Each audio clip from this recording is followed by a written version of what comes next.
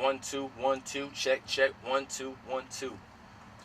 With the release of his 3 mixtapes, The Transition Reloaded, and The Abandoned, Khalil felt as if he was on the right path to where he wanted to go to as far as making it in the music industry. But then, reality struck in. Whew. Bulking season. It's when you put on the weights and put on the pounds. This right here is bringing so many people here to the gym during these winter months. We were unable to get an interview with the Richland 1 superintendent and the principal of Lower Richland High School. But Lieutenant Curtis Wilson did tell me that as officers, they are trying their best to make sure these events never happen on campus ever again. And he also said for students to help themselves from preventing themselves from getting hurt in any kind of way, make sure you always have somebody with you. He calls it a buddy system. In Hopkins, South Carolina, for Carolina News, I'm Jamaal Simmons.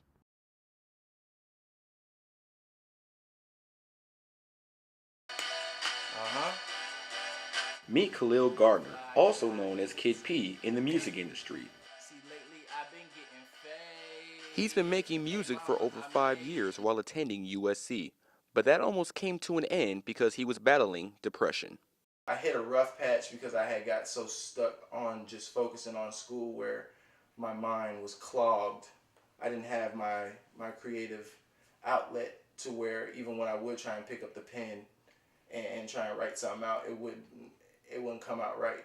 With the release of his 3 mixtapes, The Transition Reloaded, and The Abandoned, Khalil felt as if he was on the right path to where he wanted to go to as far as making it in the music industry. But what people didn't see was his struggle with depression, and his friends were worried. It was just the weight of everything. Family issues, going to school, you know what I'm saying? He wasn't doing as well because he was really focused on his music at the time. So his grades and GPA was declining, and he basically felt like he was wasting time and money at school, so he just was in a real low for a little while. A recent study by the American College Health Association back in 2006 found that 45% of women and 36% of men felt so depressed that it was difficult for them to function while in school. USC psychology professor Mickey Kitchen says that the reasons why students get depressed in college is because of a lack of self-esteem. They want to achieve and do, for their parents, for their, friends, whatever. And so that's a lot of the reasons why we see that quite a bit. Being out of the game for almost 2 years, Khalil defeated depression by making music his way out. I wanted it to be creatively the way I wanted it to be. So I took a lot of time because everything was mine. I own all the beats. Okay, it's money to be made, and I'm out here trying to get it. All the lyrics are mine. It was just really I really wanted to make it perfect. He plans to release a new mixtape in the near future and credits family and friends for helping him with his depression. Jamaal Simmons, Carolina News.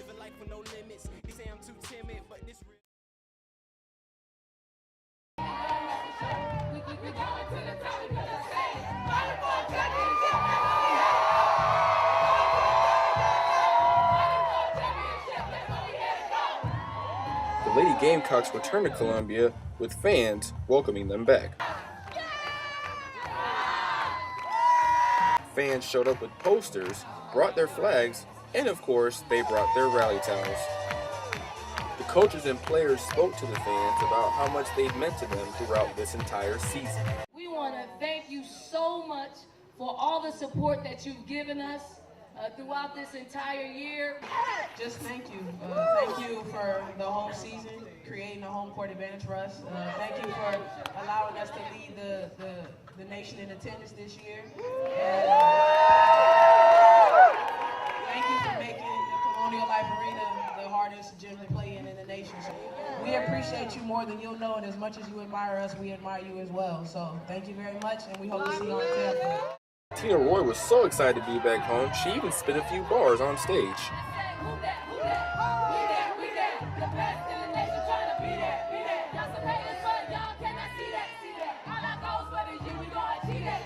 And the fans couldn't be more happier for the Gamecocks. It's awesome. So it feels really good for them. I'm proud of them. So really happy for Dawn and the whole team. It feels good. It feels great. Out of four. They fans, down hard fan, they got real supporters. Out of four, that's what we going all the way. We going all the way. That's what it is. We could not be proud. Fans have said they will try their best to make sure they go to Tampa to cheer loud and proud for the Lady Gamecocks. Jamaal Simmons, Carolina News. One and the only, Mr. Ferdinand Magic Johnson. Mr. Showtime himself, Magic Johnson, came to Orangeburg, South Carolina to speak to students of South Carolina State University as part of the university's Executive Speaker Series. It was the 43rd annual business week at South Carolina State, and who better to have speak about business than the man himself, Magic Johnson. See, I grew up like that, but I didn't have poor dreams. Johnson is best known for his time with the Los Angeles Lakers as he led them to 5 NBA championships. After his playing days were over, he became a successful businessman, opening a chain of movie theaters among other ventures. One of the things he spoke to the audience about was why he wanted to get in business after his playing days were over. Here I am building my name, building my brand. Came to the Lakers. We ended up winning 5 championships. That gave me the platform to say, okay, now I want to become a businessman. Not only was Johnson's speech all about himself, he even made his speech into a classroom. You have to over-deliver to your customer. That's a word I want all the young people to write down right now. Over-deliver. It's not enough in the marketplace just to deliver anymore. You have to over-deliver. And if you over-deliver, you will get the retention that you're looking for. Many people had questions for Johnson on his success, and he even took a few selfies with them. The picture, because you got, come on. Take a selfie. After his speech, Magic Johnson said he really loved the amount of students who showed up to see him speak. I love the first bringing in notepads and taking down notes, and I think the excitement of the whole university. And I love these students. The enthusiasm, it was just awesome. Johnson said that he will come back to South Carolina State, but that date has yet to be determined. In Orangeburg, South Carolina, for Carolina News, I'm Jamaal Simmons.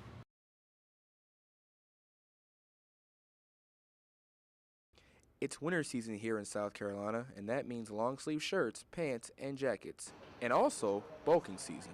Bulking season is a way of building muscle on your body when you work out. Ben Gordon is the supervisor of the fitness department at Strom Thurmond Fitness Center. If you're gaining a lot of muscle and fat during bulking season, it puts some stress on your body, it puts some stress on the joints, but you know, it's at the cost of aesthetics. You're trying to build that muscle that you want. Bulking season. It's when you put on the weights and put on the pounds. This right here is bringing so many people here to the gym during these winter months. Food is size. Let's just put it straight like that. You know, food is size. Nicholas Tulich is a student here at USC and is a bulker. His diet is unlike any other. The type of foods I eat a lot of protein. I try to make sure I get a protein, and all my meals I eat about 5 times a day, sometimes 6, whether that be from chicken, fish. I try to keep it lean as much as I can, a lot of beef. For somebody interested in bulking, why may they want to do this? Well, one, it's mainly because of aesthetics. Mainly, you know, during the winter, you're wearing bigger clothes, you're wearing jackets, you're covering your body up. Nobody wants to bulk during the summer because they don't want to look bad out on the beach with their shirt off. There's a lot of sacrifices when it comes to bulking, so what advice may a bulker give to somebody? My advice is don't do it all at once. You know, there is a process to everything. Make sure that if you're a new timer, write your things out, write your meals out, write your workouts out. You know, you want to go everything, it's a stepwise process. You don't want to just hit it all at once. One season of bulking and you can end up with these guns like Nicholas. Oh yeah, let me For Carolina News, I'm Jamaal Simmons. Let's go. Oh my God. USC held their last Hip Hop Wednesday event of the semester, and multiple organizations came out to show out.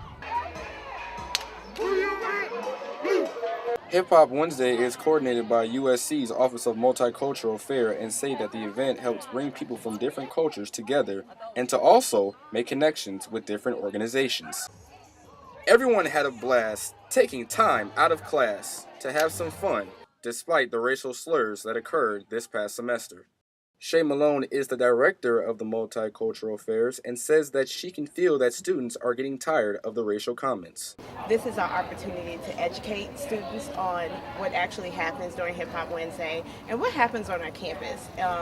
Because this is part of our underrepresented students' populations. This is part of their culture, and this is part of their culture at USC. USC student Rodolfo Miller says the racial slurs are the reason why Hip Hop Wednesday should continue.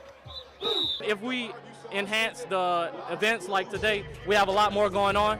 Rather than like we usually just have like the music, when we have more events going on, it kind of enhances to that positive image. And I feel like as time goes on, people will grow to accept it a little bit more. Throughout the racial comments that were made on social media, one thing's for sure, nothing will hold these USC students back from having a good time on Green Street. Jamaal Simmons, Carolina News.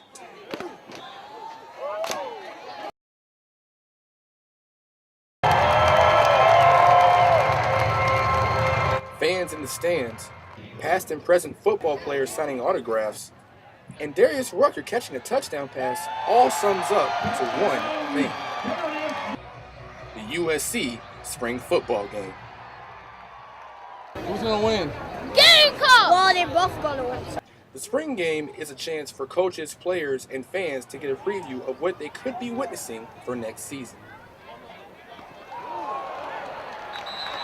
It also gives players a chance to make a name for themselves, such as redshirt freshman wide receiver Deebo Samuels, who had 93 receiving yards for the game. I mean, ever since the winter, I've been working hard, trying to get in better shape, working in the weight room, on the field, off the field, catching extra balls at the workouts. Been meeting with coach every chance I get, every time I have downtime. It also gives the fans and coaches a look at who will be the starting quarterback for next season. Connor Mitch, Perry Orth, and Michael Skarnikian all participated in the spring game and feel as if the starting position is up for grabs. I consider us all on equal ground. Throughout the spring, we've all gotten a lot of equal reps. And whether us go first, second, third, we're just whoever's up next, they go up. We're always trying to find out who the best player is. And if they're pretty close in ability, then you play more than one. Simple as that. So we still got a lot of time to decide who's our quarterback. The next time the Gamecocks will take the field at Williams-Brice, they will go up against the Kentucky Wildcats on September 12th. By that time, we will find out who the starting quarterback will be for the 2015 season. Jamaal Simmons, Carolina News.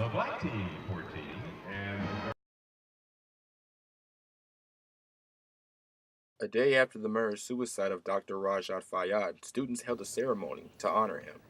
Several speakers attended the ceremony, such as President Harris Pastides and Rajat Fayyad's colleagues. Student Body Vice President Donnie Iorio, along with student government, came up with the idea to have the ceremony. Some student government members got together and we ended up reaching out to our campus partners, reached out to a couple of ministries, churches in the area to donate candles, and other university departments. So really it was everyone coming together. This is really the ultimate showcase of any community we have here at Carolina. Many students gathered here at the Horseshoe to honor Dr. Rajat Fayyad by lighting these candles in their hands. Candles were lit during the ceremony as President Harris Pastides and Rajat Fayyad's closest colleagues spoke deeply about him. I pray to God that we never have to endure another day like yesterday. Raj could always find the positive things to bring out. And as a department chair, things don't always go as you want them to go. And Raj could always find the right way to say how things could go better. Rajat Fayyad's closest friend and mentor, Larry Durston, says there's only one way we can move forward from this tragedy. Through faith, we move forward. And without faith, people can't move forward. And he always had faith. We can all learn from Rajat Fayyad's life in helping to make this world a better place. Jamaal Simmons, Carolina News.